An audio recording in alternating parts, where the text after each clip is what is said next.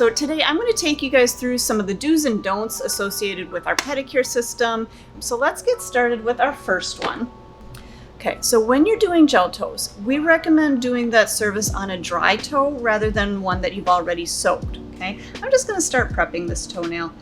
So the reason that we want to be doing our gel service on a dry toe rather than one that you've been soaking for a little while, that natural nail is absorbent. So if you're going to soak that foot in the water, it's going to absorb that liquid. And that way your gel polish may not adhere as well as it could onto a dry toe. So always soak your toes and do the rest of the pedicure after you do that actual gel polish application.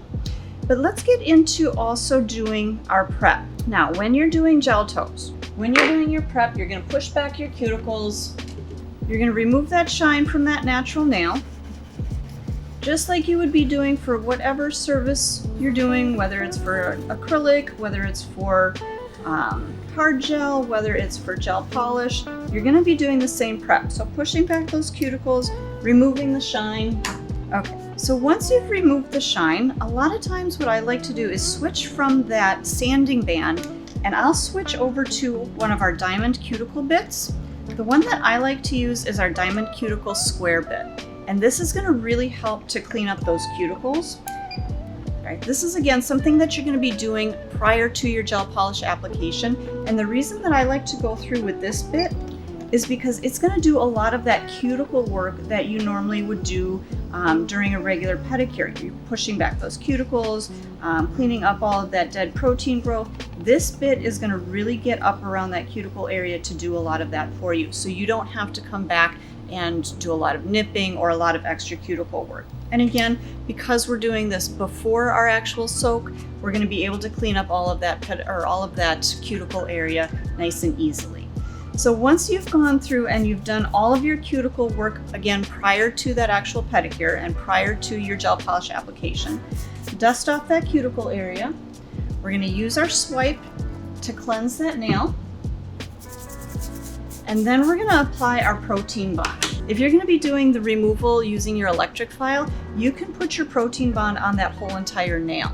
Okay? That way your base coat is going to have a good bond all the way through. When you go to change out that color, you're going to leave that base coat on, and then you're only going to be removing down to that base coat. So you're just going to be removing that color. Now, if you're going to be doing your removal by soaking, all you want to do is put your protein bond right across that free edge. Okay? What this is going to do, this is going to give you that really good bond, that really good adhesion right at that free edge, right where you need that extra durability. But it's also going to leave the rest of that natural nail kind of open so that when you do go to soak, it's not going to hold that product on as strong. You're going to get the right bond that you need at that free edge to hold your product and keep your product on for a good month, 2 months, but it's going to allow that product to release from that natural nail in the back here when you do that soak off. Okay, so again, if you're going to be soaking off, only apply your protein bond at that free edge. If you're going to be filing your product off, then you can apply that protein bond to that whole nail.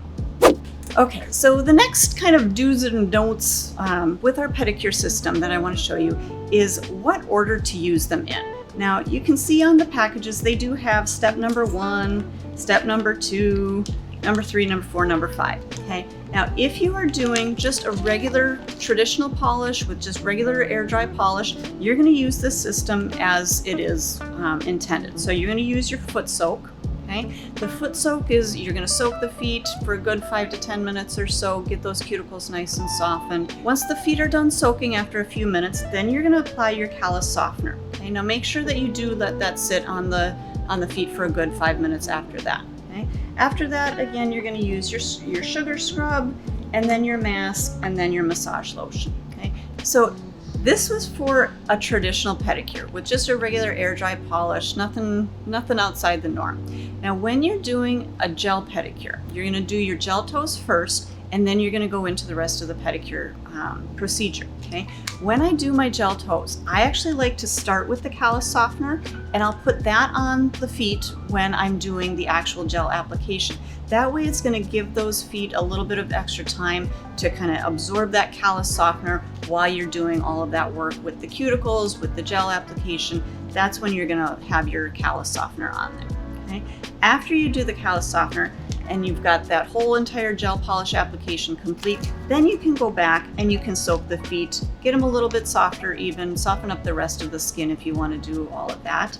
And then you're going to go into your scrub, your mud mask, and then your lotion. Okay? Now remember that when you're doing your gel pedicure, once you've got that gel polish on, all of these other products are fine to work over the top of them, okay? The scrub, the lotions, all of that isn't gonna affect the adhesion of your gel polish. Now, again, the reason that we do the gel polish before is so that we don't have all of these extra oils on the nail and then try to do that gel application, okay? So that's why we're gonna start with the gel application first and then go through all of the rest of the pedicure system. All right, so I know a lot of you guys are doing dry pedicures or waterless pedicures, so I'm going to show you some do's and don'ts on how to use our products but still doing those waterless pedicures, or quote unquote waterless pedicures, because you still do need to use a little bit of water. But when you're doing a dry pedicure, a couple of things you can do with the soak is to actually put that into just a little bit of water and then absorb that into your towels. And then you're gonna put your towels into your towel warmer. So let's go ahead and add our soak to our water. So we're gonna just mix that in, let that dissolve a little bit. Okay, once your soak has dissolved in there, then you can take your towels, get your towels wet into the soak. And this way you have that great fragrance, you've got the soothing properties, you've got the hydrating properties of the soak. Then you can take your towels and place those into your towel warmer, and then you have those ready to go for your dry pedicure. Okay? Another option that you can do is to take a spray bottle. And you can fill your spray bottle. I've got this one, it's about halfway full, just kind of depending on how much water you need in there, how much you want to use. And then you can also take, same soak, I'm just using the Very Berry for this one. You can take the soak and you can pour that into your spray bottle. Oh my gosh, this smells so good. And you guys, I like to use warm water when I'm mixing in my soak. It just helps to dissolve a little bit faster and a little bit easier, but you can mix it into cold water too, and that's fine. Give that a little bit of a shake. And then you've got this to use on your client to wash off the scrubs, to wash off the mask and things like that. So you guys, let me reset here and then we'll show you guys exactly how I would use the spray bottle and the towels to remove the product. All right, so when you're using the scrub, on this foot, you guys, I'm gonna use the aloe since this is the one that we soaked our towels in. We soaked with the aloe. So again, you guys, once you've gone through, you've done all of your scrub, you're massaging with all that scrub, exfoliating and all of that on her feet and her legs, this is where you would go back in with that hot towel again. Again, you can keep these in a towel warmer, you can keep them in, if you've got a crock pot, on that low setting or on that keep warm setting. Those towels that, again, we've soaked in our foot soak, this is what we're gonna use to clean off all of that scrub. So just a nice, easy way, again, if you're doing those waterless pedicures or non-soak pedicures, this is how you're going to remove all of those scrubs. And the mask as well. You can use the towels to remove the mask.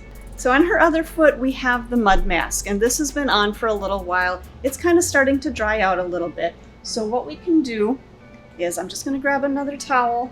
I'm gonna set that towel underneath, and you can use that towel to kind of start to slough off or kind of wipe off some of that mask, but then you can also use that spray. Again, this is what we mixed our soak into. You can use that spray to kind of re-wet that mask, soften that back up again, and then you can use, this is just a dry towel. So if you don't have a towel warmer or something like that, you can use those dry towels to wipe off and cleanse off the rest of that mask. Okay? So just some easy ways to use our products as waterless or non-soaking pedicure systems. So a couple more do's and don'ts is with our Pedicure Essentials pack. This is a one-use implement pack, okay? Make sure that you're not reusing these products, but what comes in this is a foot, kind of a scrubber for those calluses, a block buffer, an orangewood stick, and also your file, okay? Now, The biggest don't with the Pedicure Essentials Pack is don't just go right into filing your client's toes or fingers or whatever you're using it for. Because this is a file, you still need to soften up those edges. So I would always have a separate file that you can run across the top, soften up those edges to make sure that you're not going to accidentally cut your client. Okay? So again, with any file that you use, you always want to make sure that you're softening up those edges, making sure that they're not going to be sharp on your client's skin. Okay? You can also do that if you feel like you need to with the block buffer. I know a lot of times we don't really think about softening the edges on our buffers, but sometimes it can be a little bit more comfortable because depending on your buffer, it can still have that little bit of a sharp edge. So again, you want to make sure that you kind of season those files and buffers. Okay. Now again, you guys, this is a one-person use implement kit. Okay. This is not something that I would use on multiple clients. The buffers, the foot scrubber, the file, the orange wood stick, all of these items are porous, so they will absorb, they'll absorb the skin, any bacteria that may be there. So again, this is not something that you're going to be able to sanitize and disinfect. Okay, that's why we do put them all together into that individual pack so that you can just use them and throw them away when you're done. Okay, now the one thing that I would maybe send home with the client would be that foot scrubber, because that would be something that maybe they could use maybe after a few weeks of their pedicure being done. They can use that to kind of maintain in between. So that could be something that maybe you would send home with them. Now, I generally don't like to send home files or buffers with my clients because I don't know what they're going to do with them. Okay, I don't know if they're gonna reshape their nails, if they're gonna, file off too much. So those are something that I don't like to send home with my clients. But again, that foot scrubber, that's something that they would be able to use in the shower to help maintain their pedicure through those coming weeks. Okay, so make sure you soften up the edges on your files and buffers and throw these implements away when you're finished. All right, so you guys, I hope some of these do's and don'ts of pedicures are going to help you and just give you some good insight to your pedicure systems. So hope this helps.